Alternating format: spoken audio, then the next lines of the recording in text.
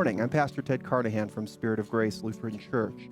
I wanted to update you on our efforts to prepare for adequately responding to the coronavirus or COVID-19 outbreak across our nation, and to talk to you about steps that we are taking and we are prepared to take as a church in order to ensure that the Word of God still goes out, the sacraments are administered to the best of our ability, and that the entire community can hear about the good news of Jesus Christ and the hope that we share in Him.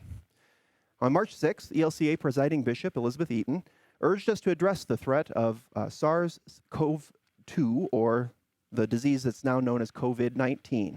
She said, and I quote, "Respect the disease, do not take unnecessary risks, provide for the spiritual and physical needs of the neighbor, make use of medical aid, care for one another, especially the most vulnerable."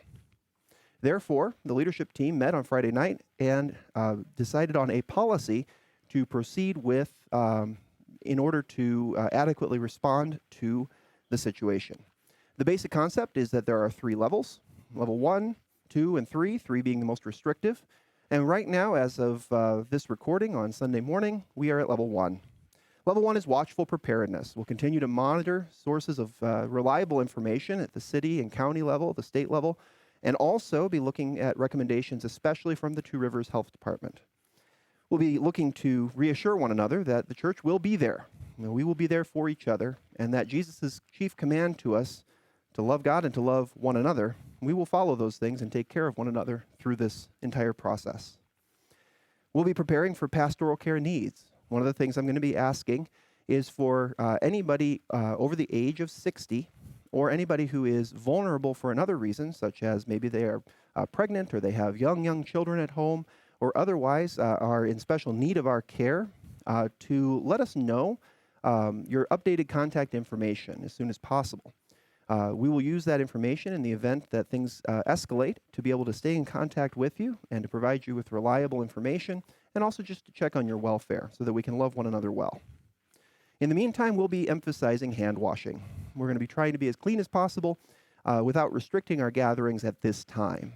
So far, we have no recommendation from any reliable organization saying that we should be restricting our worship in South Central Nebraska at this point. So we're going to be washing our hands a lot. We have some extra hand washing statements at church that have been set up so that that's easy to do before communion, and then also to do after, say, for example, passing the peace or the offering. We'll be able to do that as well. Feel free, if you're here at worship, to avail yourselves of those at any time.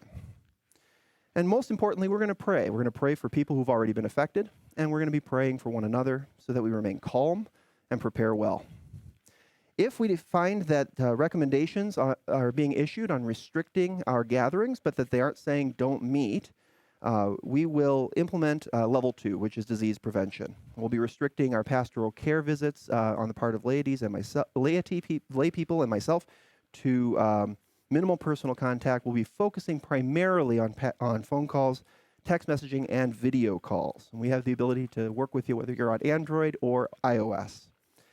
We will encourage our folks who are 70 and above, especially, to restrict their activities that might put them into contact with infected individuals until the threat has passed. Now, anybody has the right and responsibility to care for their own health, and so if you feel the need to self-quarantine even today, please know that we support you fully in your own decision to that, but we'll be especially encouraging it. That's the point where we will be really emphasizing home preparedness. Make sure you have 2 weeks of supplies. I know a lot of people have already been engaged in that, and the toilet paper shortage is a great example, but we'll be pursuing that even further.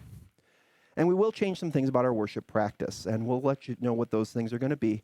But the most notable of them will be that we will be offering Holy Communion then by individual cup only. We'll begin also not using as much in the way of office hours and begin transitioning to as much work at home as possible. In the event that we are notified that there's a confirmed case of COVID-19 in our area, or if we are recommended or ordered to cancel our public gatherings, we will comply with those orders. We'll also do that if the bishop were to suggest or recommend highly that we should restrict our worship activities. And I have been in contact this week with our Nebraska Synod Bishop, Brian Moss, to review the preparations and to get his current recommendations. He has no problem for churches, especially outside the Omaha area, to be meeting for worship this morning.